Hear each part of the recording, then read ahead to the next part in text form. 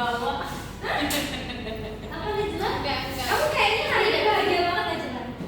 Ya Bu, habis menang arisan. Iya, habis traktir kita Bu. Wow, traktir Ibu juga dong. Enggak punya uang lagi Bu. Oke, Nah, hari ini mau memulai pembelajaran pada pagi hari yang cerah ini. Ada Cerah ya. makanya saya bercerah Bu hari ini.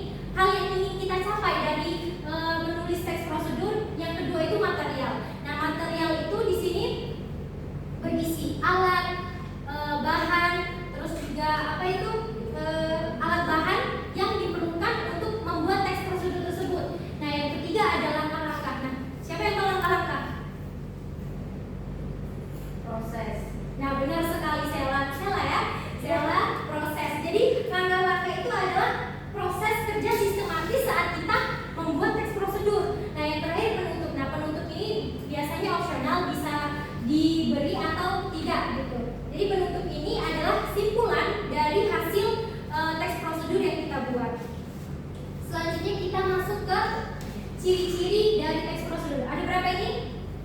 6. Oke, yang pertama ada apa? Ulang-ulang. Pertama, Berisi langkah-langkah suatu kegiatan. kedua, Ditulis dalam bentuk poin-poin. ketiga, Menggunakan kalimat saran dan larangan. yang keempat, Disusun secara sistematis tapi detail. 5, Menjadikan informasi yang bersifat objektif. yang terakhir, Berisi bilangan atau urutan. oke, beri tepuk tangan. Yang pertama itu berisi langkah-langkah suatu kegiatan. Jadi dalam teks prosedur itu berisi langkah-langkah atau proses yang seperti dikatakan Sela tadi, proses dalam teks prosedur. Nah, yang kedua ada ditulis dalam bentuk poin-poin. Jadi teks prosedur itu ditulis dalam bentuk poin nih, bukan dalam bentuk paragraf tapi dalam bentuk poin. Jadi kalau ada teks berupa poin-poin gitu ya, nah itu namanya teks prosedur. Nah, yang ketiga yaitu menggunakan kalimat saran dan larangan. Ada yang tahu nggak kalimat larangan itu seperti apa? Jangan. Selain itu, Hindari. nah boleh Ya. ya benar. Kalau saran, Sebaiknya. banyak sekali. Nah, jadi Seharusnya. benar. Nah, jadi dalam teks prosedur itu menggunakan kalimat saran dan larangan seperti yang kalian sebutkan tadi, seperti saran kan sebaiknya, terus larangan jangan gitu. Nah, dalam teks prosedur itu menggunakan kalimat saran dan larangan. Yang selanjutnya yang keempat disusun secara sistematis tapi detail. Nah, di sini teks prosedur itu disusun secara rinci dan juga detail. Nah, selanjutnya yang kelima menyajikan informasi yang bersifat objektif. Nah, maksudnya bersifat objektif di sini itu berdasarkan pengalaman atau fakta yang kita alami, bukan menduga-duga gitu. Hasil kita dari menduga-duga gitu. Nah, selanjutnya yang terakhir berisi bilangan angka atau urutan. Biasanya itu teks prosedur itu kan berbentuk angka 1, 2, 3 gitu kan, atau poin-poin titik, biasanya straight gitu kan. Paham? Paham.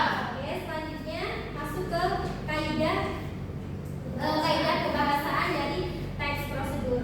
Nah, kaidah kebahasaan yang pertama yaitu apa? Menggunakan kata kerja imperatif. Ada tahu kata kerja imperatif itu apa? Nggak tahu. Nah, kata kerja imperatif itu biasanya berakhiran an, i, dan la. Coba, ada yang tahu nggak? Berakhiran an, i, dan la. Kemudian. Ya, benar. Ya. Terus? Lanjutkan. Ya, bisa lah, bisa. Setelah itu. An, i, la. Coba perhatikan gitunya ya. Karena yang benar, siapkanlah. Tuangkanlah. Iya benar, masukkanlah juga bisa. Terus yang akhiran ini ada nggak? Hindari. Oh, iya, iya. iya. Siapkan dan lain sebagainya. Nah, itu namanya menggunakan kata kerja imperatif. Nah, apa tadi? Coba ulangi kata kerja imperatif tadi.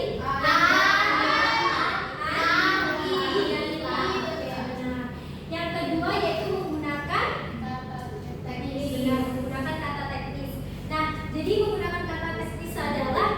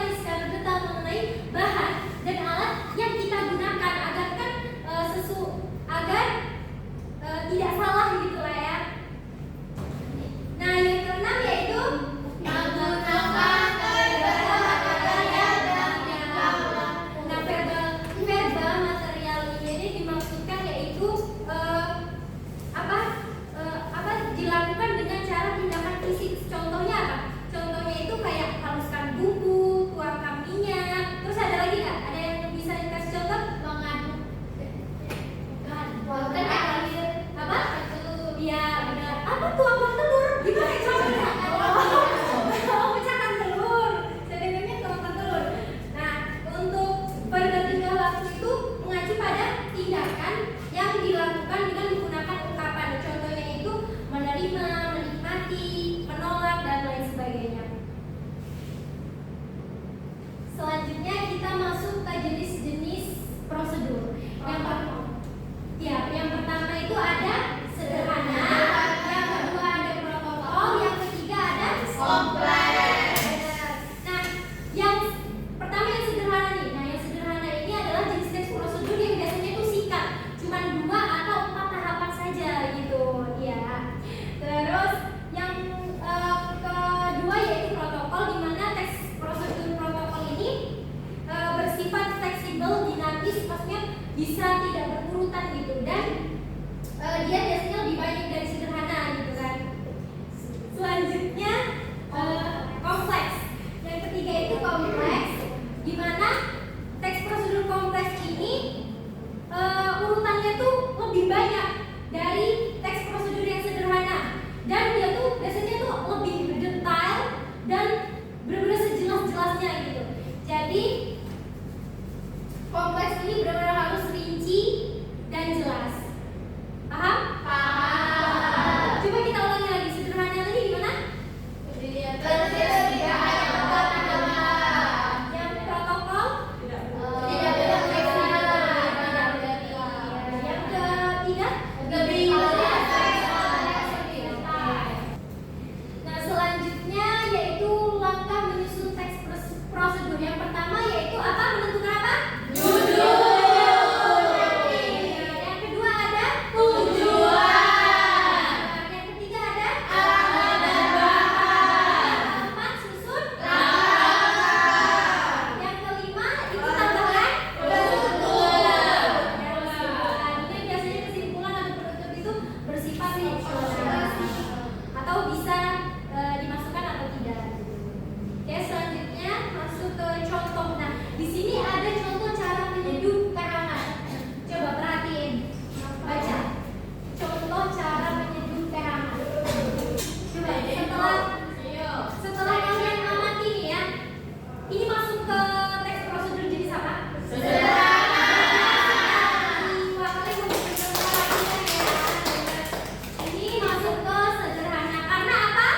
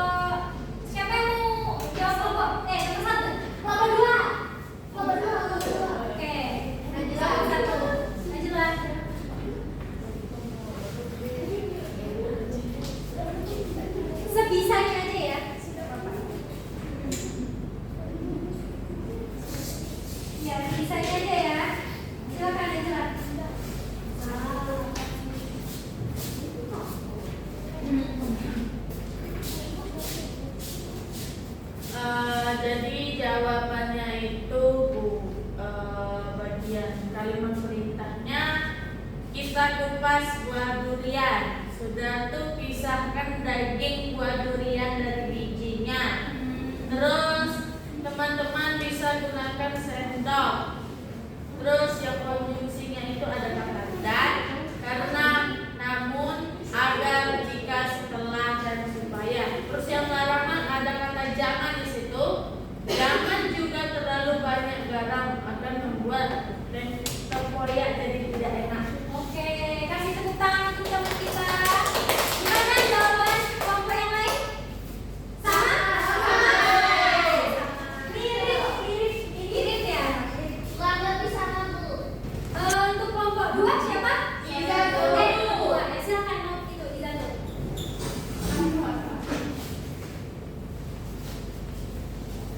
Mana Izanul? Kelompok 2. Jadi soal nomor 2 itu menyusun isi teks prosedur. Nah, judul teks prosedur kami yaitu tempoyak durian. Nah, bahannya daging buah durian matang, garam halus, kemudian 1 buah cabai merah. Alatnya yaitu sendok, toples kaca, bertutup rapat, kemudian wadah untuk mengaduk. Adapun langkah-langkahnya yaitu yang pertama kupas durian, memisahkan daging buah dari bijinya menggunakan sendok. Yang kedua, masukkan daging durian ke dalam wadah